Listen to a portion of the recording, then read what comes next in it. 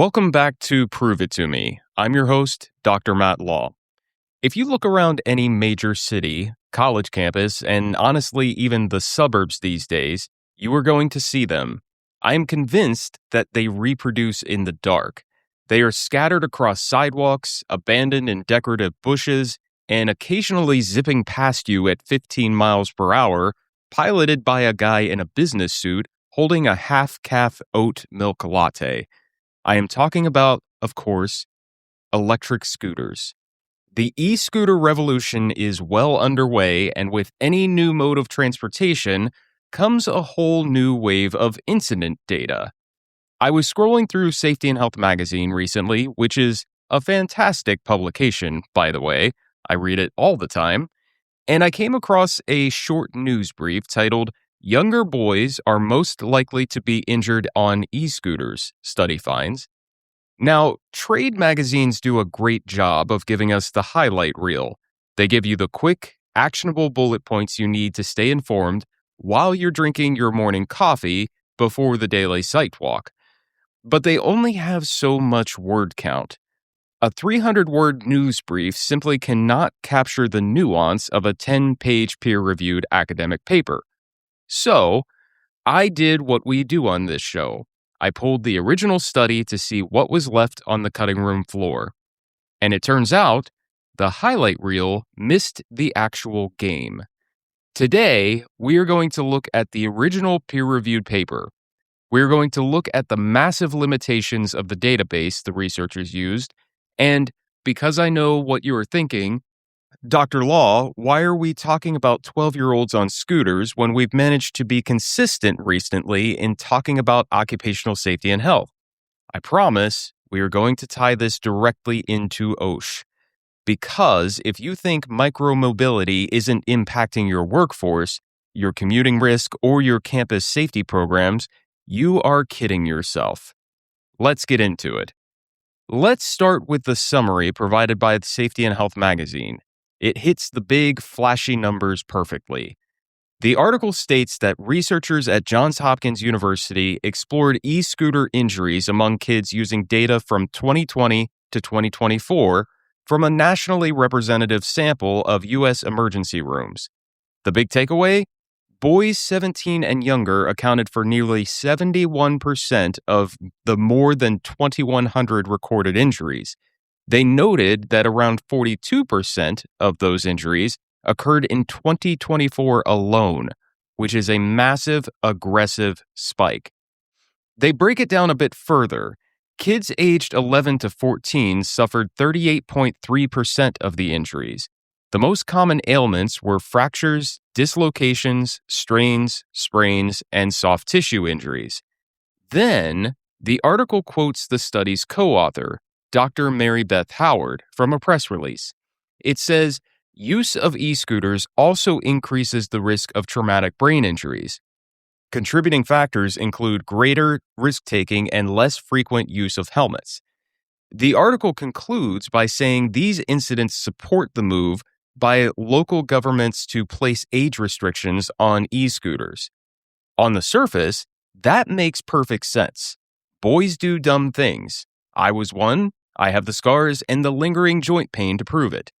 I won't even pretend I'm innocent as an adult living through this e-scooter revolution.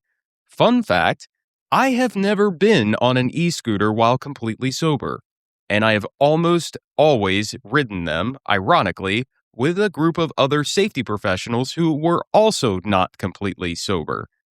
E-scooters are fast. 13-year-olds refuse to wear helmets because it ruins their hair, they fall, and they break their arms. Therefore, we should restrict the age to ride them. It is a neat, tidy narrative, and exactly what a news brief is designed to deliver. But then I downloaded the actual study.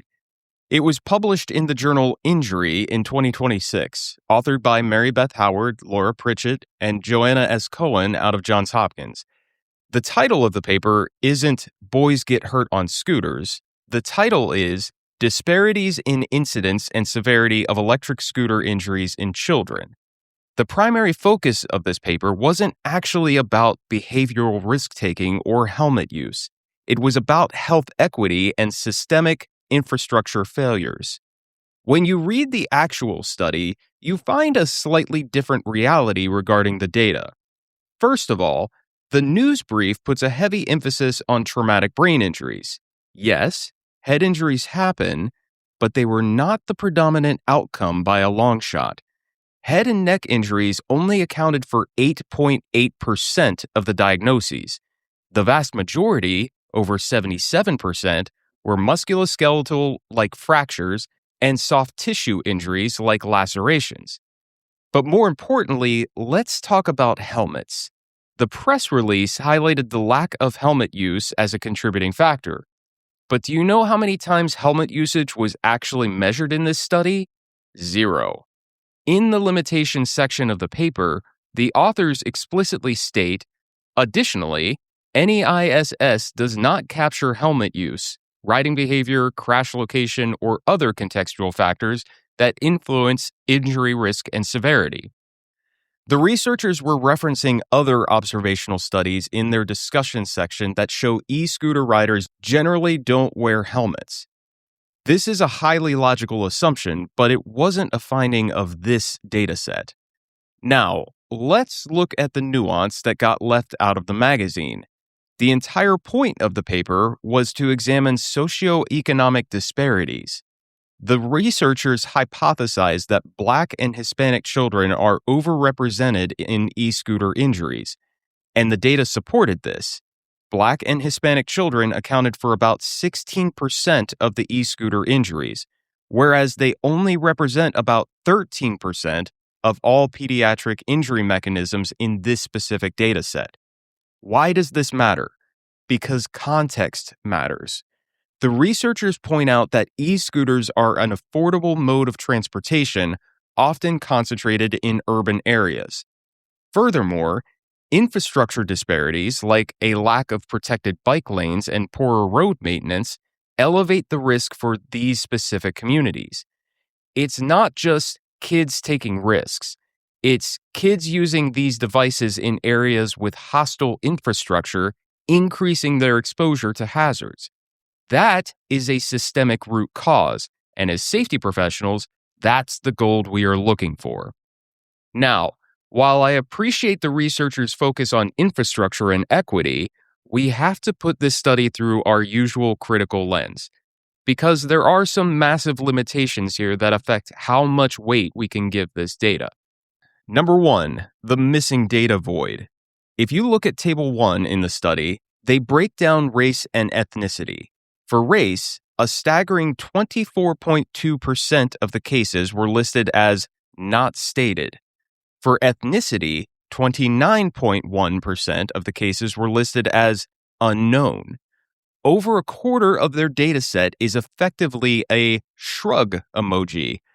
They acknowledge this in the limitations, noting that it may bias their estimates, but honestly, with missing data that high, any conclusions about demographic overrepresentation have to be taken with a massive grain of salt.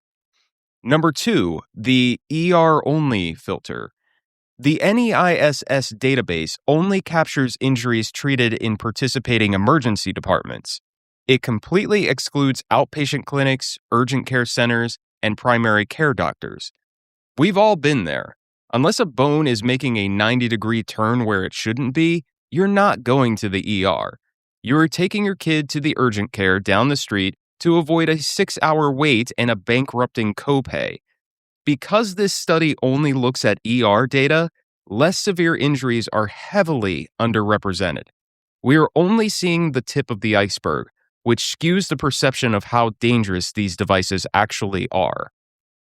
Number 3, hospitalization as a proxy for severity. The researchers tried to determine if injuries were more severe for certain demographics. To do this, they used hospital disposition, whether the patient was admitted to the hospital or discharged, as a proxy for injury severity. But American healthcare is a complicated beast. Using hospital admission as a metric for medical severity is deeply flawed. The authors wisely admit this. They state that hospitalization patterns are influenced by healthcare access, insurance coverage, and caregiver resources independent of clinical severity. If a child has a borderline injury, a hospital might discharge a well-insured patient to follow up with their private orthopedist the next day. Conversely, they might admit a patient who lacks resources to ensure they get the necessary care. Sometimes admission isn't about clinical severity. It's about whether the hospital trusts that you will actually have a safe environment to recover in. All right, let's bring this home to professional practice. Why should an EHS professional care about pediatric scooter injuries? Because micromobility is fundamentally changing how our workforce moves.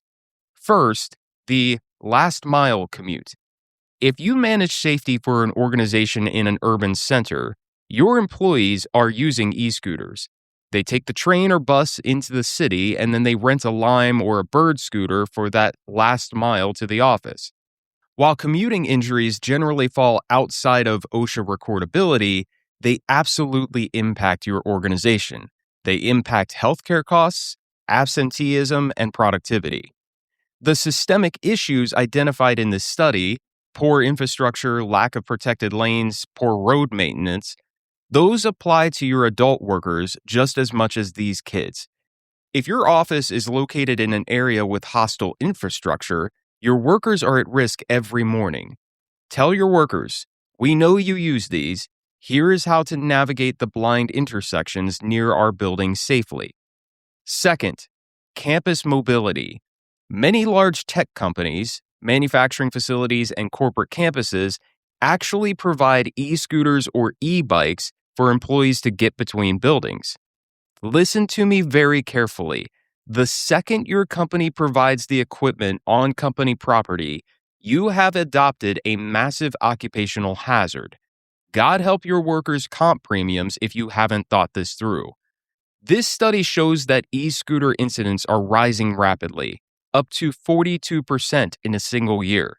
If you have micromobility on your campus, you need strict governance. Do you mandate helmets? This study proves that people generally don't wear them voluntarily. Do you have speed limiters programmed into the campus scooters? Are your walking paths truly separated from your vehicle traffic? You have to engineer the environment for safety rather than just hoping your employees have good balance and motor skills. Third, media literacy for safety professionals. This is the ultimate takeaway of this episode. Trade magazines like Safety and Health are vital tools. They are the appetizer that lets you know a topic exists. But if you are going to use data to justify a safety policy at your company, or if you are going to stand in front of your executive board and cite a statistic to get a budget approved, you must read the primary source.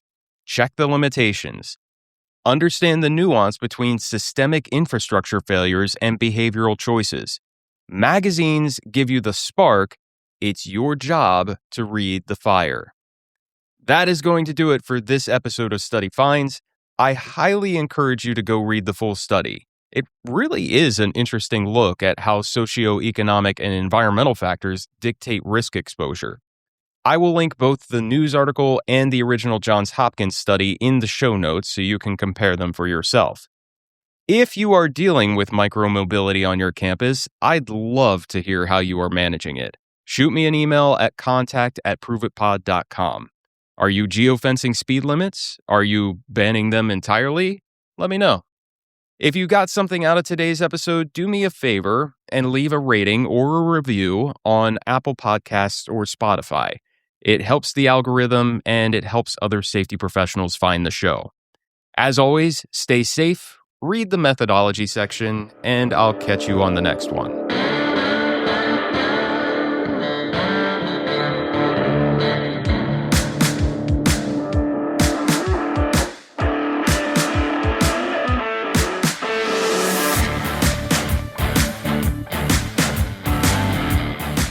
Prove It To Me is produced by me, Matt Law. Original music by Wes London. You can find this podcast on Podbean, Apple Podcasts, Spotify, YouTube, Amazon Music, and iHeartRadio. Like what you've heard so far? Please like, subscribe, and follow wherever you get your podcasts, and leave a 5-star review on Apple Podcasts.